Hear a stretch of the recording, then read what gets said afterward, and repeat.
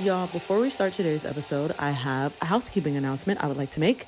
Myself and my bestie Ryan are throwing a party at Los Globos on October 19th from 5 to 9 p.m. The theme of the party is Radio Disney Jamz and early 2000s pop jams. It's going to be a very fun time. We set the time from 5 to 9 p.m. because we know that you are old and you want to get your beauty sleep, and us too, very likewise. And we love Radio Disney Jamz. We love early 2000s pop jams. So we threw the party that we wanted to attend. If you would like to attend, you can go to the link in my personal bio at Sequoia Holmes across all social media platforms and grab tickets there. Would love to see you there. Now, on to the show.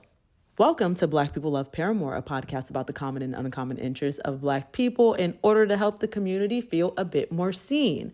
Please take a second to rate us and write us a review on Apple Podcasts and Spotify. As we know, Spotify now has the ability for you to leave comments on an episode, so chat me up there. We'd love to hear your thoughts on this episode and previous episodes. I am your host, Sequoia, and today joining me to talk about NSYNC, we have author of WANNABE, Reckonings with the Pop Culture That Shaped Me, and co-host of NPR's beloved Pop Culture Happy Hour podcast, Aisha Harris. Please enjoy the episode. Okay, according to Wikipedia, NSYNC is an American vocal group and boy band formed by Chris Kirkpatrick in Orlando, Florida in 1995 and launched in Germany by BMG Areola Munich. The group consists of Kirkpatrick, Justin Timberlake, Joey Fatone, Lance Bass, and JC Chazet. Their self-titled debut album was successfully released in European countries in 1997, then later debuted in the United States market with the single I Want You Back. Aisha, when was the first time you heard NSYNC? Well, I am a millennial and I guess not an elder millennial, a middle millennial. And I would have been about 10 years old when they first burst onto the scene. And so I remember, Backstreet Boys were a big thing. We had just gone through the Spice Girls. Yeah. It was a time. It was a time. And Backstreet Boys, I was into. I was like, yeah, they're cool. I'm into that. And then I think NSYNC, probably one of the first times I heard of them might have been from one of my schoolmates, but it also could have been from their Disney special that they did. Yes. Other Disney concert special, which is kind of the thing that exploded them into the mainstream. Similar to Backstreet Boys, they were famous, like hugely famous in Europe first, before they got famous here.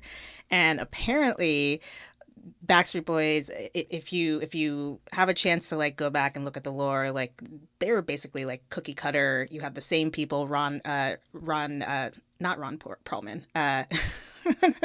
Ron Perlman's an actor. Lou Pearlman, who was like the Svengali trickster, fraudster, everythingster. He basically cut NSYNC out of the mold of Backstreet Boys. And so while Backstreet Boys was getting slowly more famous in the US, NSYNC was right behind them. And apparently, according to some of the band members later recalling, they said that basically anytime Backstreet Boys like backed out of a gig, NSYNC would step in and take it. And so the Disney special, the concert special, was that like one of those gigs that they stepped into because Backstreet Boys were like, we're tired. We want to rest. And NSYNC was right there. And so I remember that concert. That was a time when Disney had like concerts, like all like very family friendly concerts for kids to watch, and it was like almost like you were there, and it's very cool. And this was their first album that had just dropped, NSYNC, the self-titled album. And yeah, I mean, I have to say, I wouldn't say that I was a fan of theirs right out the gate. Okay. I was a much later in life appreciate. Same, yes. Yeah, yes. Because my thing was, because Backstreet Boys were first, I thought, well, they're just copycats. Like, this is this is the same. It's like, the what are we doing same. here? Yeah. Also, some of the girls who liked NSYNC more, I didn't really like. Like, they were That'll so do like. it. That'll do it. Yep. So, when you're 10 in fifth grade or fourth grade or whatever, and those things matter. It's like, who else likes this? Do I like them? I don't know if I like them. I'm not an NSYNC girly if you are. No. So for a very long time, I was like, it's Backstreet Boys all the way, and it took me until a little bit later. Now, granted, that did not stop me from listening to NSYNC and learning the dance moves and watching, seeing them on the VMAs and whatever. But I definitely didn't want to admit that I liked NSYNC. I was just Backstreet Boys. That was my identity. I love that you were like a closeted NSYNC fan. And the Backstreet Boys fronted. No, that makes so much sense. I also fell into NSYNC a little bit later in life. I will say much later in life, TBH. Oh, also for reference, y'all who are listening but not watching, Aisha said middle millennial. Aisha looks about 21, 22. So well, thank you. If you're watching and you're confused, likewise. I am solidly in my late 30s at this point. And you legitimately look 21. Thank you. Wild. I'm sure you get that all the time. Nevertheless, yes, I also came into NSYNC later in life, and I mean much later, probably within the last 10 years for sure. Okay. I think I just wasn't paying attention to music that closely. I was about maybe 6, okay. five or six. When that's a little young. Mm-hmm. Did you have older siblings? I didn't. So I grew up like an only child. I have an older brother, but he's 11 years older, and so he was kind of, moved on by the time I was really, coming of age. And he was a boy, so he was very much not going to be listening to NSYNC anyways, at least not letting us know about it. I came into NSYNC later in life, and I realized very quickly this is not the same thing as Backstreet Boys, as I previously thought they were the same thing. Gravely mistaken. For me, NSYNC is leaps and bounds better than Backstreet Boys. It's okay. All right. Wait, so I'm interested to hear your opinion on the comparison. Okay, so here's the thing. I think that they started off very much the same. Like I already said, Lou Pearlman was just basically trying to make a similar version of the Backstreet Boys. The Backstreet Boys were basically a ripoff of New Kids on the Block, who were a ripoff of New Edition, and Jackson 5. It goes on and on and on. So, and it's interesting to listen to Backstreet, their first albums separately, because I do think there's a lot of crossover there.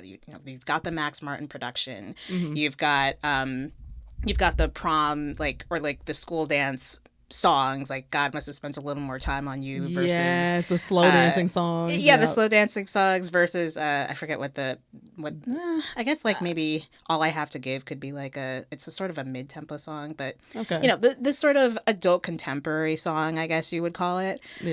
So they both had that formula going for them in the first album, but then by the time Backstreet follows up with Millennium and they're doing I Want It That Way, they're kind of staying in the same lane. They're not really experimenting in the same way. And then No Strings Attached and Celebrity are where NSYNC goes all in on the R&B, all in on the more funk, working with Dark Child, working with Babyface. There's all of these things that are happening, and they were the more of the Blue-Eyed Soul type of crowd. Although Backstreet Boys started off emulating Boys to Men, so I've always said one of my things, going back and reassessing it, I'm I think Backstreet was basically they were the white bread version of Boys to Men, and then NSYNC were the white bread version of Jodeci. That's how I think of them. Oh, that's good. Because NSYNC was a little edgy. They were edgier. They were edgier. That's as edgy as a boy band that had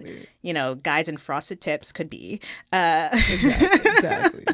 So I think they were very different by the end, by later in their careers, but they started off kind of similar. But I think it's hard for me. I keep going back and forth on whether I prefer NSYNC over Backstreet, but we're here to talk about NSYNC. But like, I think NSYNC has their career is very interesting, especially considering they have not released anything other than, you know, that song that we can just forget about from like the Trolls movie that came out in the last year. We can just pretend it didn't happen. It's they've been mostly not doing anything together. So I think, you know, NSYNC is an interesting group who did not get their due at the time, but I think now we've reassessed in the same way we've reassessed a lot of artists from that era and been like, actually, you know, they were good. They were good. Yeah, no, I wholeheartedly agree. I feel like NSYNC definitely was an edgier, blacker at the end, with no black people anywhere to be seen. Blackish. And an edgier, blackish version of Backstreet Boys. It feels like, I know Backstreet Boys came first, and yet it feels like Backstreet Boys for me are not NSYNC in the same way that it's like when you book, I'm trying to think of like who's a good example. I don't know, there's like a whole slew of R&B artists who are very similar, and you know it's because that one R&B artist wasn't present that Eric Bellinger is present, you know, or like something like that. I hate to say it. Yeah. But that's very much what they feel like to me. They feel like very much not NSYNC, but that's just me. I'm biased. Were you a JT or a JC girl? Oh man, I was both. But then, you know, once JT took off, then I was just like, JC who? And here's the thing. I know that we, in the wake of reassessing everything Justin has done since his peak as a solo artist, we've been rushing to say, well, JC should have had he should have been the star. He shouldn't. And like, maybe that's so, but let's be real. JT had the charisma like no one's business. Like, and that will carry you very, very far. Well, now, who's the better vocalist? I don't know. I think JC might be. But I also think, you know, star power is like 50% of that. And not that JC doesn't have it, but like you could tell how just like hungry Justin was to be in the spotlight. He was the ultimate theater kid, the ultimate like, and then like obviously JC and JT were both on the MMC, but it's like you go back. Speaking of Jodeci, you go back and you watch them performing. Was it "Cry for You"? The Jodeci song that they performed on MMC with a baby Ryan Gosling as well. Love that video. I love to go back and rewatch it every once in a while. Absolutely.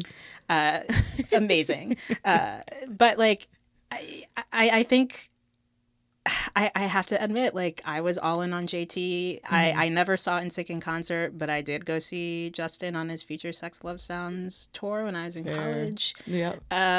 You know, I thought he was hot. I loved it, and I think we want to overcorrect for these things, but let's face it. Like Justin, he may have been a little. Sorry, are we allowed to curse on here? I don't. Oh yeah. Oh yeah. Okay. Yeah. So look, Justin was definitely a little shit. He was like just a little stinker in every way possible. Yeah. But at the same time, you can't deny that he had hits. Those hits were very good. Oh yeah. And I'm not going to apologize for like those first 2 albums that he did by himself. I think there's really good songs on that. And maybe half or 75% of it is Timbaland and Pharrell. Doesn't matter. He still sold those songs. He sold them. Yeah. Okay. Exactly. So I don't know what else to tell you guys. I fully agree. Wholeheartedly agree. I do like JC now, again, like you said, now that I'm an adult and now in hindsight, retrospect, obviously 2020, I'm like, yeah, JC was actually, how do I put it? JC was actually like, he seemed to be the artist, the one that had the most concern about artistry and vocal ability and all that type of stuff, whereas Justin is like a raw natural talent and also very charismatic, and that did carry him far. Now I don't know if JC is salty. I never heard anything of the sort. I don't know, What I don't know. can confirm, He's kind of like the Michelle, right? The Michelle Williams, Right. or like the Kelly Rowland. Like they're never gonna admit it publicly. Exactly. We can speculate, but Right. he's very good natured about it. I would be salty. If somebody came who I genuinely felt and people consistently told me I was more talented than and blew up, and I also tried a solo career and it just didn't do that, I'd be angry. JC Chasez is a better man than I would be, is all that I'm saying. Well, do you remember, I completely missed this news when it first happened, but apparently JC was also a victim of Nipple Gate, thanks What? to JT. Yeah, so after that happened, JC was supposed to perform at some NFL related, I don't think it was an NFL show, it was some football related like event, and then they canceled it like a week later, and they're like, we can't have any as if JC was gonna do. Oh, and I think also like he had that one song that looking back on it's like, oh really, this was a time, the Some Girls Dance with Women, so there was also like concern that would be too racy for him to perform, so there was other things, but like JC like innocent carnage in the wake of the Super Bowl. It was Janet, obviously she got the worst of the deal, of course, but the fact that even his bandmate like he couldn't perform because this nigga did something crazy. I can't perform. That's no, he would have to see me. There's no world in which I lay eyes on Justin Timberlake if I'm JC Chasez and I'm not like, yo, do you want to go outside really quickly? I just have a couple concerns that I would like to address with you. Oh man. An interesting man. Okay. What do you think is so special about NSYNC that made them stand out from the rest of the boy bands in the timeline? Because I feel like we look back at the timeline of boy bands and there have been a lot. You named a few. There's 98 Degrees. There is even like One Direction. There's just like a lot. And I feel like NSYNC and Backstreet Boys, and naturally a lot of the black ones we mentioned as well, stand out in a way that all of them do not. For me, I think it's, well, the first thing is right place, right time, Max Martin. Like Max Martin and his whole crew of Swedish producers really knew how to create beats and sonic waves that were like impossible to get out of your brain. Yes. And so I feel as though that did a lot of the heavy lifting. Not to say that they weren't not talented, but I think when you have the right production team, it's going to take you so far. It's the same way we think about someone like Aaliyah. It's like her and Timbaland were perfect. Like her, Timbaland, and Missy. Let's not forget Missy. Like yes, perfect sort of trifecta of people working together at the top of their game. And I think that's what was happening with Backstreet and NSYNC. I also think, 98 Degrees. Fun fact, I remember hearing their like first song on the radio when I was in I don't know, 4th or 5th grade, called Invisible Man. I legit thought they were black. And then they performed at a fair in my, like, near my hometown, and then I saw they were white and I was like, oh, okay. Interesting, right.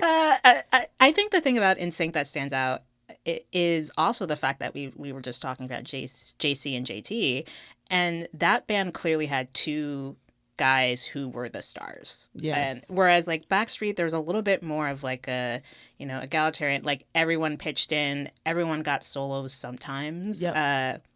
Whereas with NSYNC, it was like almost always JC and JT trading off, and then occasionally like Chris or Lance would like throw in a high note or something. Right. Yeah. But they were the clear stars, and none of those other boy bands, Backstreet Boys, 98 Degrees, O-Town, what were the there were so many. I mean, LFO too was also Lou Pearlman, created by so they didn't have those two star power, like those people who you knew were going to break out in that way, and I think that kind of helped them stand out. And then of course there's the choreography, like the choreography. Not forget they were the dancing as boy band.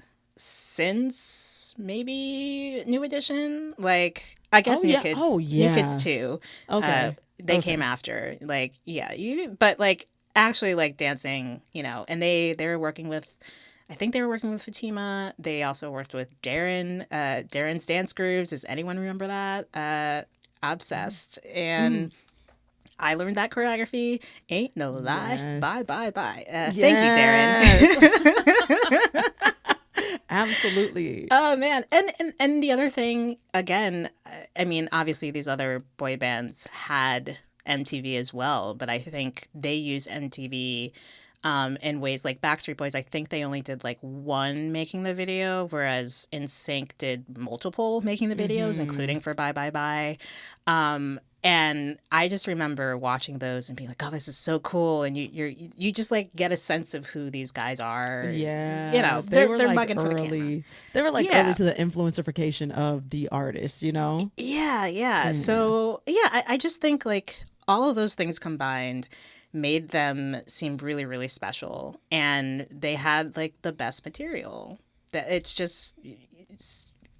they didn't have an "I Want It That Way," which to me is one of the, like, to me, I would put "I Want It That Way" up there with "I Want You Back," the Jackson 5 song, Okay. as Wow. like the best pop, like two of the best pop songs ever created. Gotcha. They don't have that, but they do. They have "Bye Bye Bye." They have "It's Gonna Be May." They have they have "Gone." They have, which is basically a Justin Timberlake song, but it's okay. No. It's just the catalog holds up all these years later. It And does. I don't know about One Direction. Look, I'm too old. I was too old for them. Okay. I was not fair. watching X Factor. But they, they didn't really dance. They came at a time where everything, all of media was like bifurcated and like in all different directions. And I don't think they were able to capture, they have millions of fans, of course, but I think like my parents knew who NSYNC and Backstreet Boys were. And I think perhaps, if my parents were raising me today, would they know One Direction? I don't know. Maybe if I forced them to take me to a concert, Right. but like they didn't permeate the culture in a way. Like Eminem wasn't making fun of them, Right. They just very much. Oh, you know who did make fun of One Direction? Tyler, the Creator. So I did guess he? you know what? Yeah, he did. I missed that. In a very unnecessarily graphic way, as well, he I would did expect at the nothing time. less. Of course. But no, that's a really good point. I do feel like One Direction did not have the superstar power that NSYNC Backstreet Boys had. A lot of that probably has to do with just like the music culture at the time. One Direction, of course, timing. growing up in a time where it's more difficult to be that big. There's just more people in the space. And so it's like, of course, it's harder to get that big.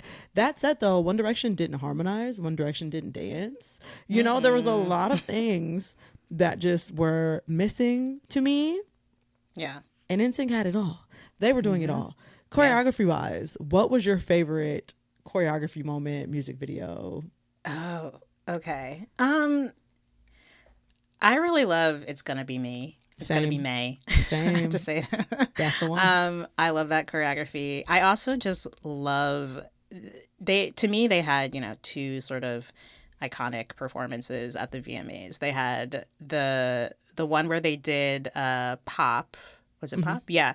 And that was the one where they like had they started off with like TVs on their face, like covering their bodies, and it was just their heads. And they were like, they're doing the choreography, and then they pop out and they start dancing, and like you can tell those guys' mics were on. Like yes. they were doing it. They were doing it.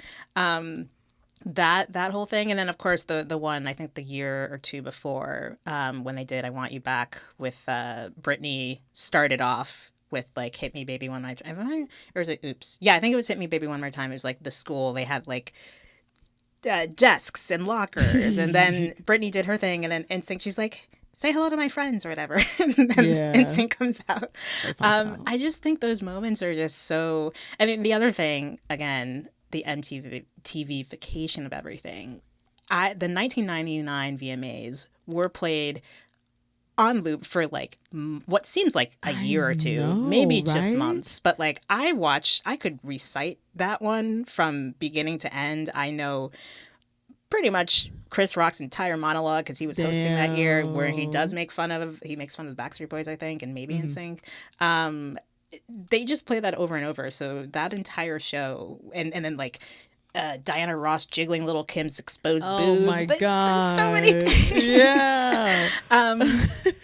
So yeah, MTV, between that and then like, of course, we haven't even mentioned TRL, but like, my god, TRL, that was the thing. I never got to go, I never stood outside, even though I didn't live that far away. I grew up in Connecticut, but like, I could have gone to Times Square. I didn't, but yeah. I every day I'd come home at 3:30 or whatever, and TRL would be on. And although, do you remember when NSYNC was on 106 in Park? I surely don't. Please tell me about it. Was it fantastic? I probably didn't even watch it live. I think I discovered they were on 106 in Park later, but I was a pretty avid watcher of 106 in Park from like high school until like post-college. And I went back and I found clips of them, and I don't think Backstreet Boys ever made it onto 106 in Park, but NSYNC was there in like 2001, and they AJ and Free were interviewing them and asking them like a round of questions, and they were being their little white boy selves, but like it was cute. I was like, oh my god, yeah. I'm gonna have to go see that. That sounds iconic. I need to go watch it. I couldn't find any full clips, but there's like 2 or 3, and then they like sang a song a cappella, so like there's like little clips here and there that you can find. But they were on 106 in Park. They were not the only white artists, but like there weren't too many white people, at least in the early years, going on 106 in Park. I actually can't think of when Eminem definitely did. I'm sure he was on it at some point. I also think Pink, back when she was ethnically ambiguous. Yeah, when she was Blackpink, the original Blackpink. Yes. Yeah. We love her. Mm-hmm. Yeah. I actually really do miss this time frame in music in general. The late 90s, early 2000s time frame in music has such a distinct sound to it. Everything was so catchy. The harp and the harpsichord. People loved the harpsichord. The Spanish guitar. The Spanish guitar. Oh my God. Celebrity is just Spanish guitar all up and down. Yes. So much Spanish guitar. And again, that was like when they were working with Darkchild, and, a lot of songs feel very, and I think even Candy Burris might have written a song or two for them. That makes sense. Yeah. Mm-hmm. It was like this was the TLC fan mail era. It was this Writings on the Wall, Destiny's Child era. Like, NSYNC was clearly pulling from that bag when they were doing Celebrity, for sure. Yeah, absolutely, desperately. Can you tell me your favorite song from NSYNC? All around. If you had to pick one. I mean, it's gone. It's gone. But that is basically a Justin Timberlake song. It's like you have the guys harmonizing in the background, but you go back and watch the video and you're like, oh, they didn't need to be there. They didn't need to be in this video.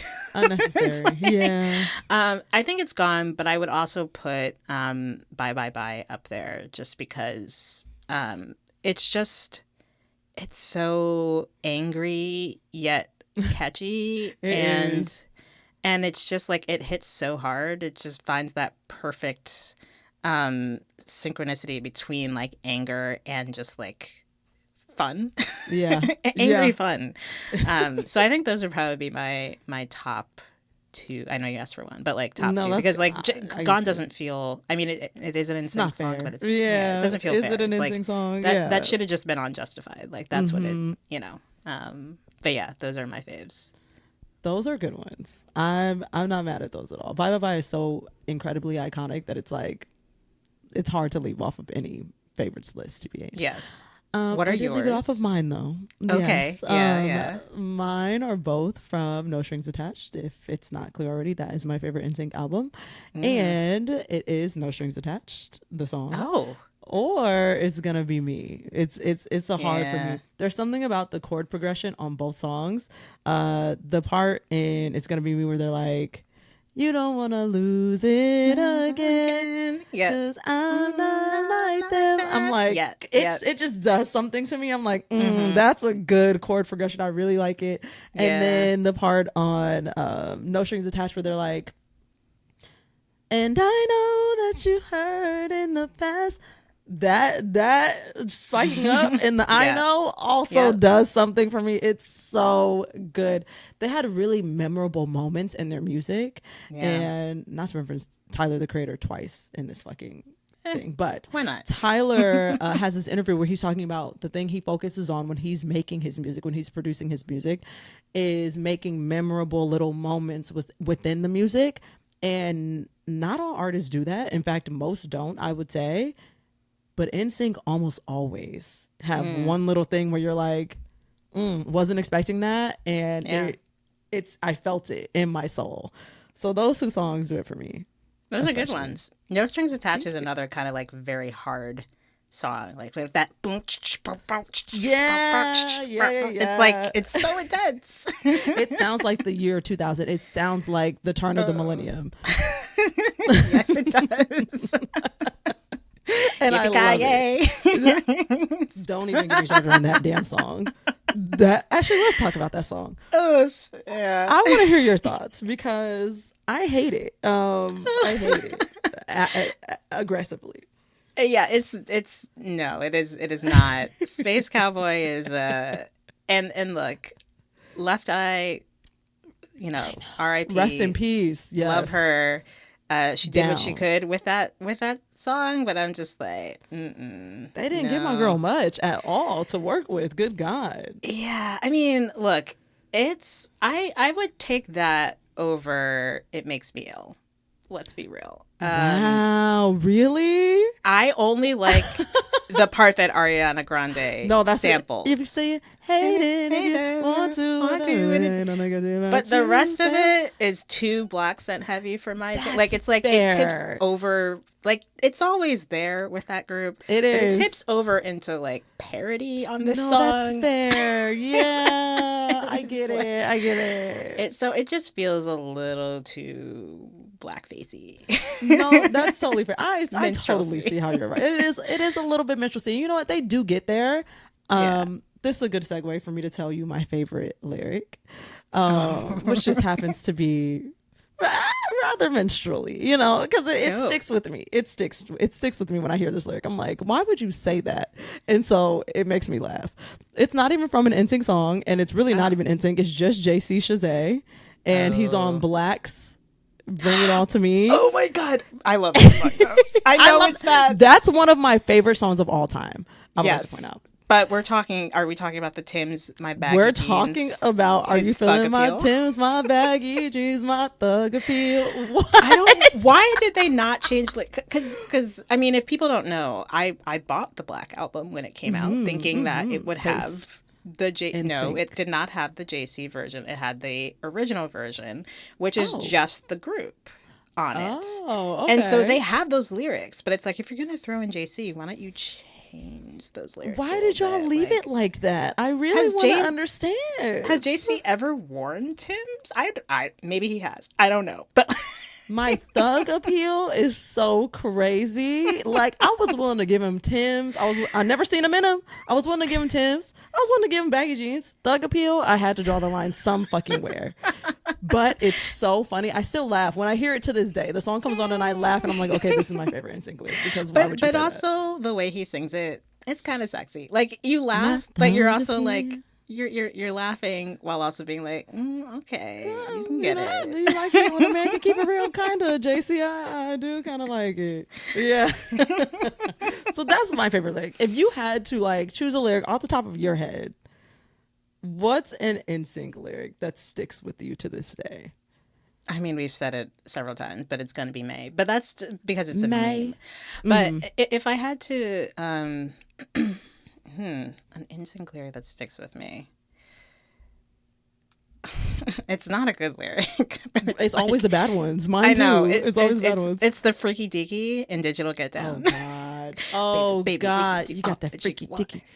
Digital get down. God. Another like, ugh. But like I also like respect them because for that song and that whole album because they're clearly jumping on the trend of like all these pop artists who are trying to suss out what like the 2000s are going to be like, and they're very futuristic, and so we're talking about like not phone sex, internet cyber sex, as we used to call it. Pretty on the money, I have to say, because I'm like, yeah, you talking about FaceTime? What you talking about? I'm confused. Mm-hmm. Yeah, so you know, the Freaky Deaky line stands out.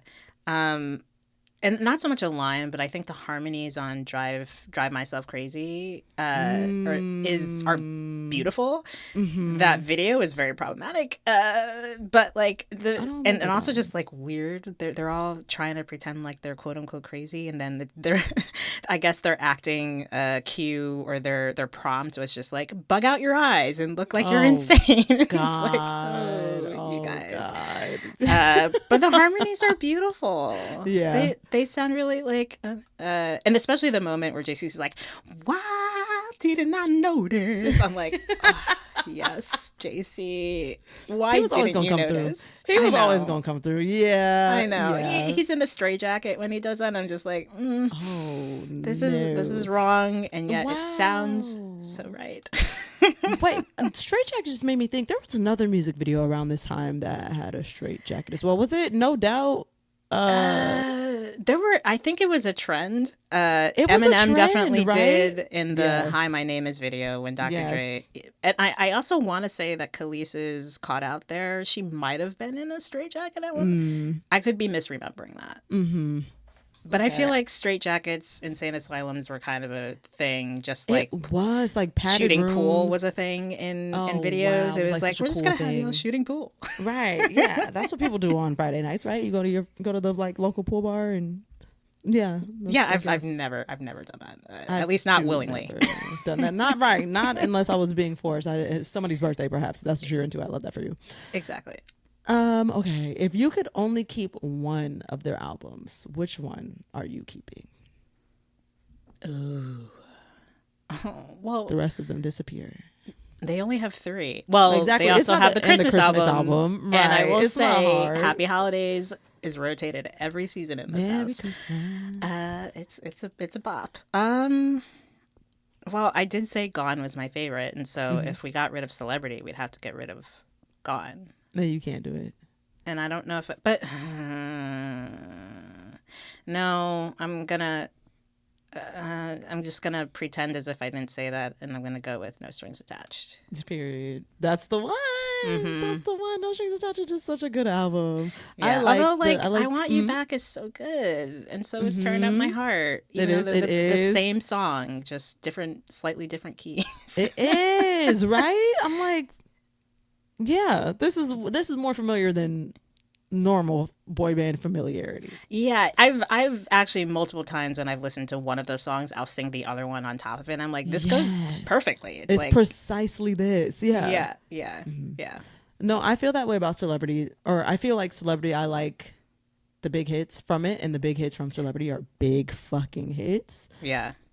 And also No Strings Attached. It's gonna be No Strings Attached for me. So bye. It's gonna be May. It's always gonna be May every time, consistently. If you had to get rid of one of the members of NSYNC, which one gets the boot? Probably Joey. I mean, he seems fine. He seems like a nice man. He seems like a nice guy. Yeah. I think about him less than I think about the Roman Empire. Not your Roman Empire at all. Yeah. I don't. That's harsh. Joey. Joey. Yeah. And likewise. So that might have been too easy. Now, can you rank them? Can you rank NSYNC, Backstreet Boys? Oh. And 98 Degrees. That seems so unfair to 98 Degrees. I'm sure there's one person who was like, 98 Degrees. 98 Degrees. There's definitely some 98 Degrees girlies out there. Yeah. Okay. Yeah. Right. Nick Lachey is just very lucky he's got Love is Blind now. Very much that. A show where he has to do the minimal amount of work. He's barely on that show. Mm-hmm. Well, 98 Degrees obviously is last. I would even put like, not to throw O-Town on the mix, but I'd even put like O-Town maybe like a step above them. Okay. Would I? I don't know. They're kind of the same. But the thing about, here's the thing about Backstreet Boys and NSYNC, and I keep going back and forth on this, is that, as I already said, Backstreet Boys has I Want It That Way, which is a most perfect song. It is a good one. Also, their first album is just like lots and lots of really great songs. Their first album is, Quit Playing Games, All I Have to Give, Everybody, Backstreet's Back. Like, I don't know. There's a lot of really good songs in that album. You're but not wrong. NSYNC is... What I like about NSYNC is that they only have 3 proper albums. And I like that too. That makes them like feel like if they were to go out on tour, that thing would sell out in any second. And Absolutely. I'm happy that Backstreet Boys are like journeymen. They're still out there. They are collaborating with other boy bands, NKOT, BSB, Boys to Men. Like, that's good for them. Do I have to answer this? You don't. You can just give your reasoning as to why you're struggling. I just really think they both accomplished so much in different ways, and because they're so different, it's hard to really rank one over the other. Okay. Like, I think that NSYNC, I go back and listen to a lot of their music more often than I do the Backstreet Boys, but that's also just because they do lean a little bit more R&B heavy and less adult contemporary. Not that I don't love my adult contemporaries, because like, you ever want to have me come on and talk about Celine Dion's Let's Talk About Love, I will do that. My mother played that album if you want to to listen death. to it. Yeah. Oh, okay. Yes. I'm going to go listen to that. Celine, our Caribbean queen. Right. But I just think they're so... They're easy to put together for obvious reasons, but I think they both have very different assets that they're working with. Yeah. And it's hard for me to put one over the other. Okay. That's a fair answer. That's very fair. That makes sense. I understand how you arrived there. Yeah, that was my very long-winded way of saying I can't choose. I won't choose, and I can't choose. That's fair. No, I get it. Now, last question for you. If you could take members from any boy band and make a supergroup, who are you choosing for one group? Well, the question is, like, do I want them to last or, like, not kill each other? Because I just want... So what if the premise is, like, you want them to make, like... You want them to have just, like, a killer run. So if that run is 1 year, fine. If that one is 10 years, that's fine, but it's killer. Okay. Well, I mean... I'm going to leave the Jackson 5 out of this. They feel like their own thing. Agree. I would say... Let's take, Johnny Gill. Oh, God. You're starting off so strong. Yes. Yes. That voice, Can You Stand the Rain? Come on. Crazy. Yeah. So Johnny Gill, to be honest, I always get the 3 guys who are not Michael McCreary in, like, it's hard for me to tell the Boyz II Men apart other than Michael McCreary. I couldn't tell you. I'm not even going to hold you. I don't know. So, like, I don't know. Let's just say Sean. Okay. A boy to man. Yes. Yes. From Boyz II Men. Who's saying "Give It to You" from New Kids on the Block? Why am I blanking on his name? There's Jordan Knight. Okay. Yes, Jordan Knight. Because let's Give It to You. Great song, co-written by Robin Thicke. Learned that later in life. Okay. Okay, yeah. So Johnny Gill, Jordan Knight, Sean from Boyz II Men, JC, Howie, and from Backstreet Boys and JT. Okay. So that's 6. Okay. I was gonna say 6. Okay, we're getting into like K-pop numbers. Well, I Yeah, and new kids and New Edition have all toured as six people sometimes. Like, if I think, because if I recall correctly, New Edition, when Bobby rejoined, like they all did like a whole thing together. So they were six at a certain time. Yeah. Let's go with that. That's a good group. I feel like they would definitely sell out. And if Max Martin produced them, or if Darkchild produced them, yeah. Oh my God! Or if they work together to produce them, that would be nuts. I know. That'd be so good. I have no idea if like harmony wise this even makes sense. I'm trying to remember what all their parts are, but by 2024 standards, it doesn't even have to. The boys don't even harmonize today, so yeah.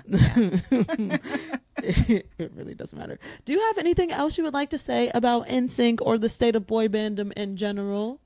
Oh man, I mean, I think the boy band era was its own time, and obviously we have now K-pop, we have BTS, we had One Direction for a hot second.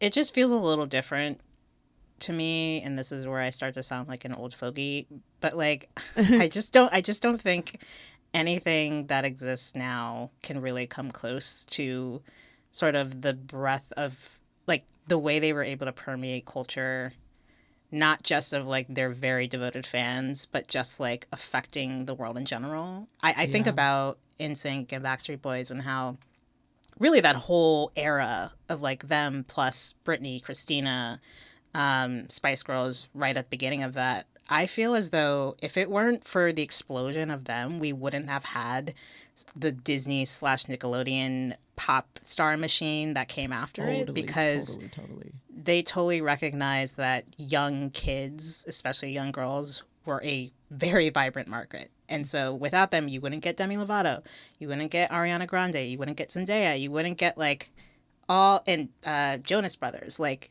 they sort of like NSYNC and Backstreet Boys and all of them sort of proved that, you know, not just like teen girls, but like very young kids could be into it. High School Musical, like you don't get any of that, I think, without the success of those guys. And I think it helped, you know, that they kind of saw that and then they were like, well, what if we got them, what if instead of like, you know, it's a boy band, but like they were all, for the most part, either in their late teens or grown adults in their 20s when they were at their peak, but like moving into Disney, and they're like, well, what if they're actually teens and they're a little bit more relatable? And so I think that influence cannot be understated. And I don't see, I mean, we're still in the throes of BTS, I guess, but like I'm not seeing the same sort of influence at this time happening in the same way, because it's just a completely different market and a completely different generation.